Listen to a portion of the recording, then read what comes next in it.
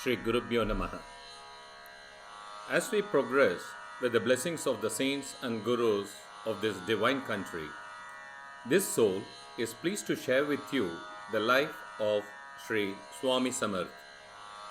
The content of this episode has been consolidated from the information that is available in the portals and also with references made from Amar Chitra Kada, Wikipedia.com, EncyclopediaBritannica.com, SwamiSamartha.com.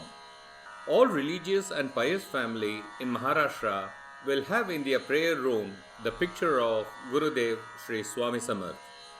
As I grew and came across Gurudev's picture in many houses, though the opportunity to be at his feet in his Samadhi was possible only in 2015 during an evening Aarti.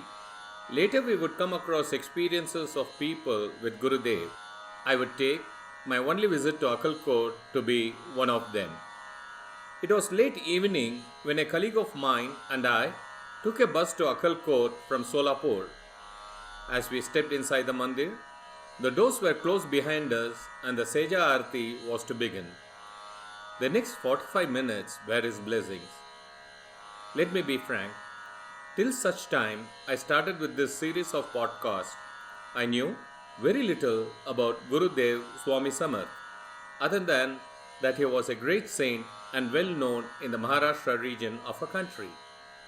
As ordained by him, when this soul started collecting information for the podcast, more and more information comes flowing about Sri Swami Samarth. I prostrate at his feet and begin this podcast with prayers to him to guide me to the end of this podcast with his blessings.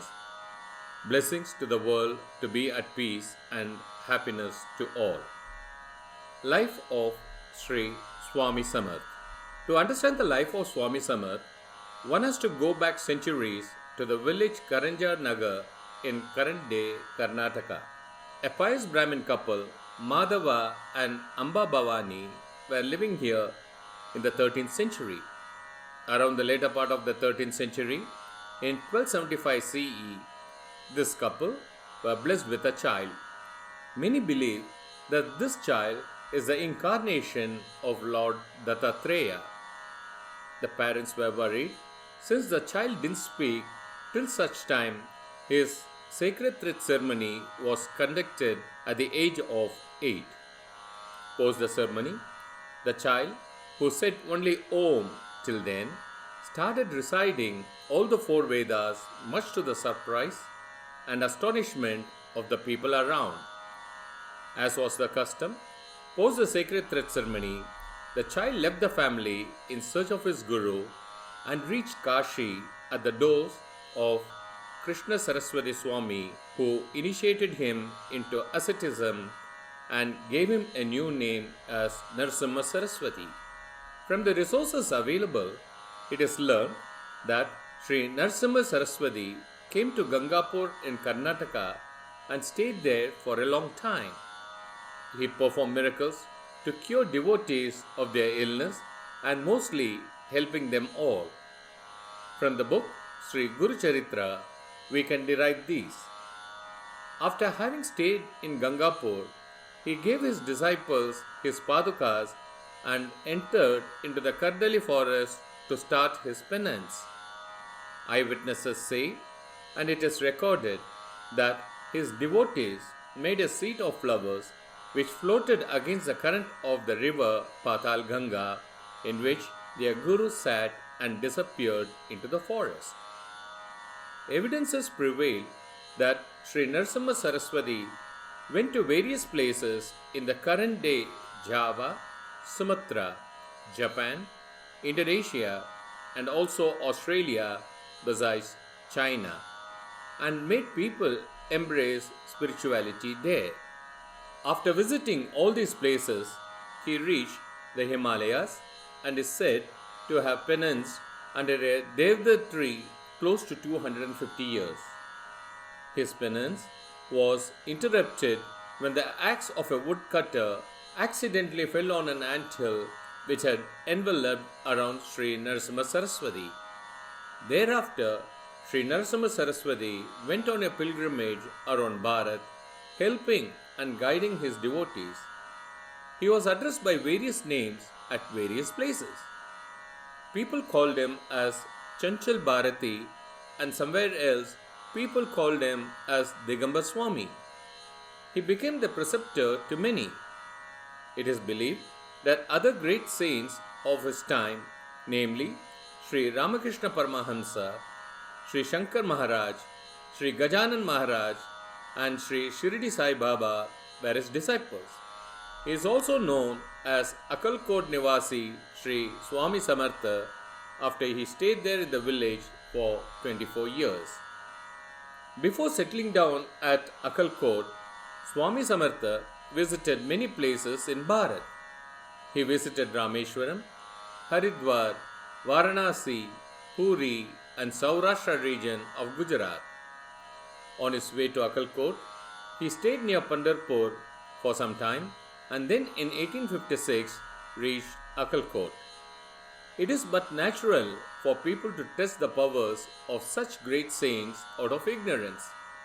Sri Swami Samarth was not an exception to this test by the ignorance.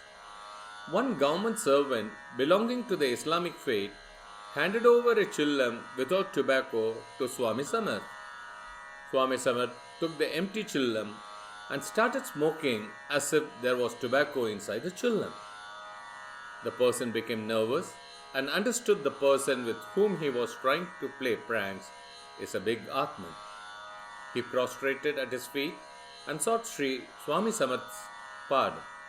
The fame of Swami Samarth spread the length and breadth of the nation, and pilgrims started pouring into this tiny village of Solapur district. For Swami Samarth, all religions seemed the same. He didn't have any bias towards other religions. He treated all, be it a Muslim, Christian, or any other religion, alike.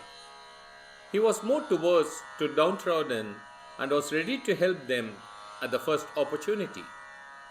Swami Samarth spoke rapidly and most of the times in telegraphic language, which was very difficult for a common man to understand immediately. When things happened, people would be able to relate to what was said by Swami Samarth and the incidents. As already seen, he saw all devotees as of one religion and celebrated all festivals alike, be it Ramzan or Diwali or Dashera. These had great resemblance as was conducted in Shirdi. Unlike Shirdi Sai Baba, Swami Samarth also found happiness in mass feeding. When one compares the life of Swami Samarth and Shirdi Sai Baba, it will not be surprising if they found commonness between both of them with respect to their teachings, miracles performed, and towards the upliftment of the poorest of the poor. Many arrive at a conclusion post their deep research that both Swami Samarth and Shirdi Sai Baba were the manifestations of the same supreme power. There are evidences which communicate that Sri Swami Samarth, before attaining Mahasamadhi, advised one of his disciples to head to Shirdi and worship Sai Baba, for Swami Samarth would stay in Shirdi thereafter. To subscribe to the point of similarity, both the Mahatma's early life is still a mystery to all. Swami Samarth never let down his devotees. A devotee named Ravaji of Rampur had prepared food for about 50 people to commemorate the visit of Sri Swami Samarth. Hearing the news of Swami Samarth's visit to the village, people from in and around Rampur came, and there were hundreds of them. Ravaji was shocked seeing such a huge crowd and panicked because the food he had prepared could meet only 50 people's hunger. How can he not serve the other devotees? With this echoing in his mind, he approached Swami Samarth. Understanding his predicament, Swami Samarth asked Ravaji to buy food-serving baskets from the market and bring them. When the same were presented to Swami Samarth, he placed idols of Kandoba, Vitala and Annapurna on them and food was kept on them. Swami Samarth advised the couple to take the baskets and start serving the devotees without turning back to see how much of the food was left to be served. The couple followed the instruction religiously. After having served the hundreds of devotees, the couple came back to see that all the food that was prepared for the 50 people still remained. They prostrated at the feet of Swami Samarth in gratitude. When everyone had their meal, Swami Samarth performed Annapurna Siddhi or had his meal. His love and affection to take care of his devotees can be cited in innumerable instances.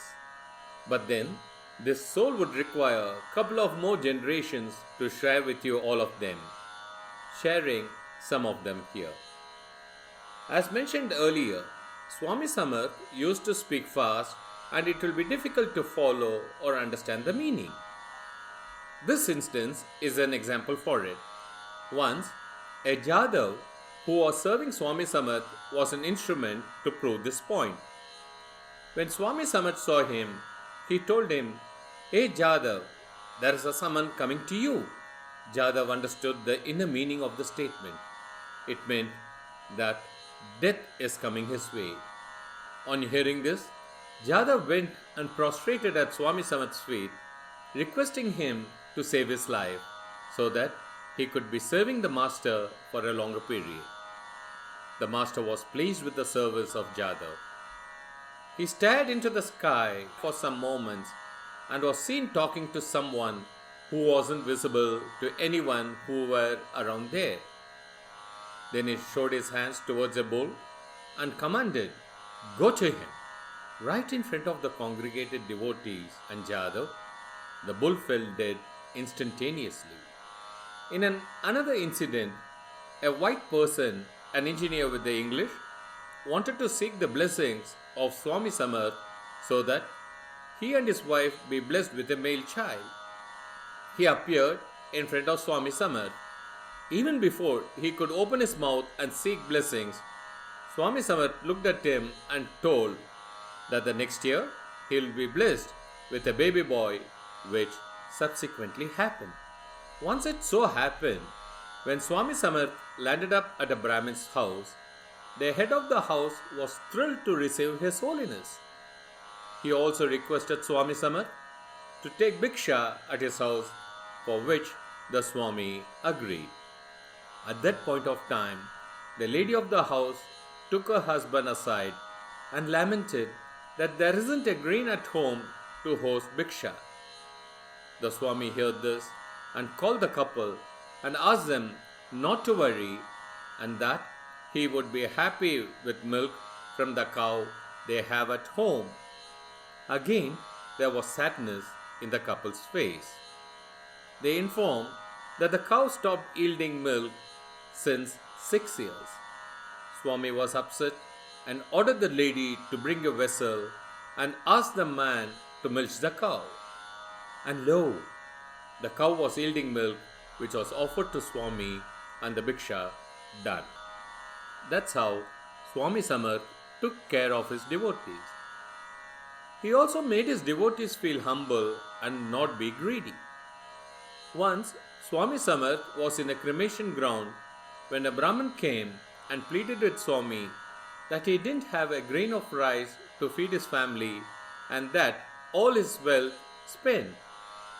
He sought to Swami Samarth the way to survive. Swami Samarth pointed at a burnt corpse and asked the devotee what he sees there.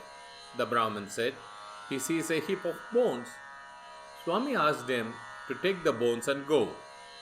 The Brahmin retaliated and asked, "Swami, I came here seeking help to live and you are asking me to take the bones and go?" Swami became angry and told him, "I asked you to take the bones and go and not question me. Now you take the bones and go." With lot of hesitation, the Brahmin took just a piece of bone with his left hand and hid it in his Angavastra and slipped off from the place. On way to his home, he met his neighbor and told him what had happened. when he met Swami Samarth and that he asked him to collect the bones. The Brahman also added that he took just a piece instead of all and took out the piece of bone which he had hid in his Angavastram. Seeing that piece, both the Brahman and the neighbor's jaw dropped, for that piece of bone which he picked with a lot of hesitation had turned into pure gold. Without wasting a moment, with his neighbor, the Brahman returned to the cremation ground and collected more bones.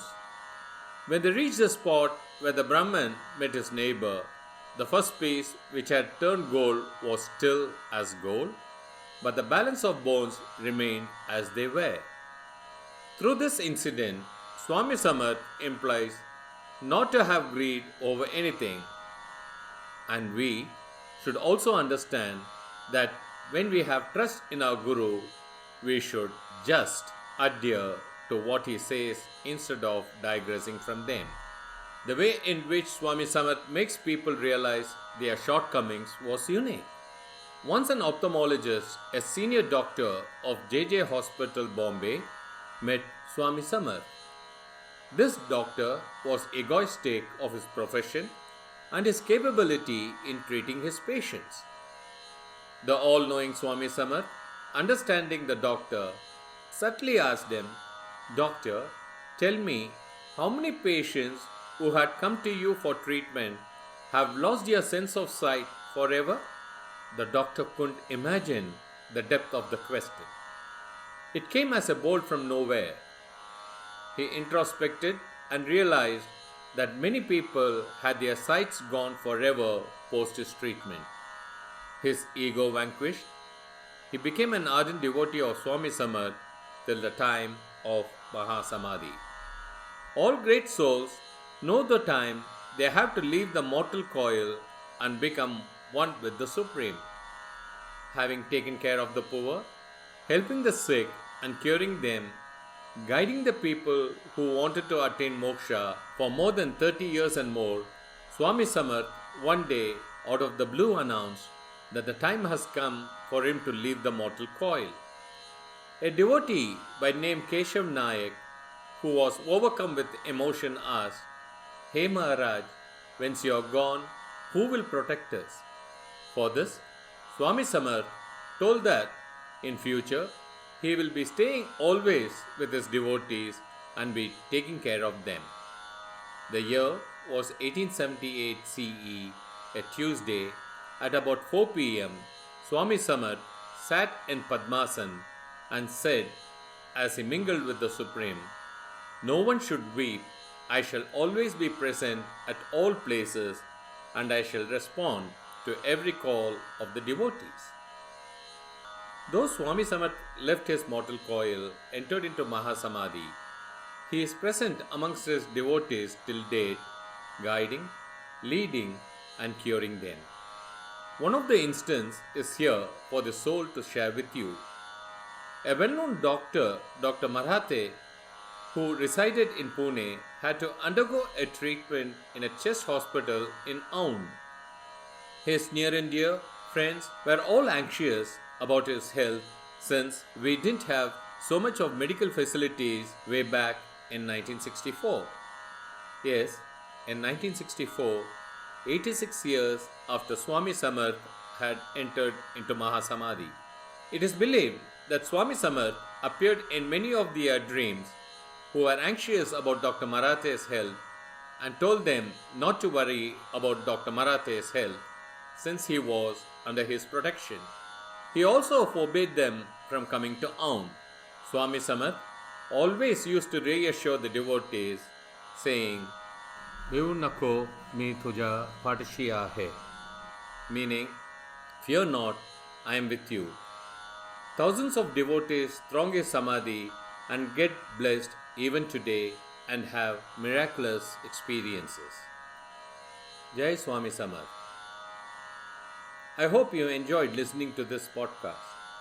If you'd like to support this project of mine, you may opt to contribute through patreon.com, the link for which appears in the description. Shri Gurubhyo Namaha.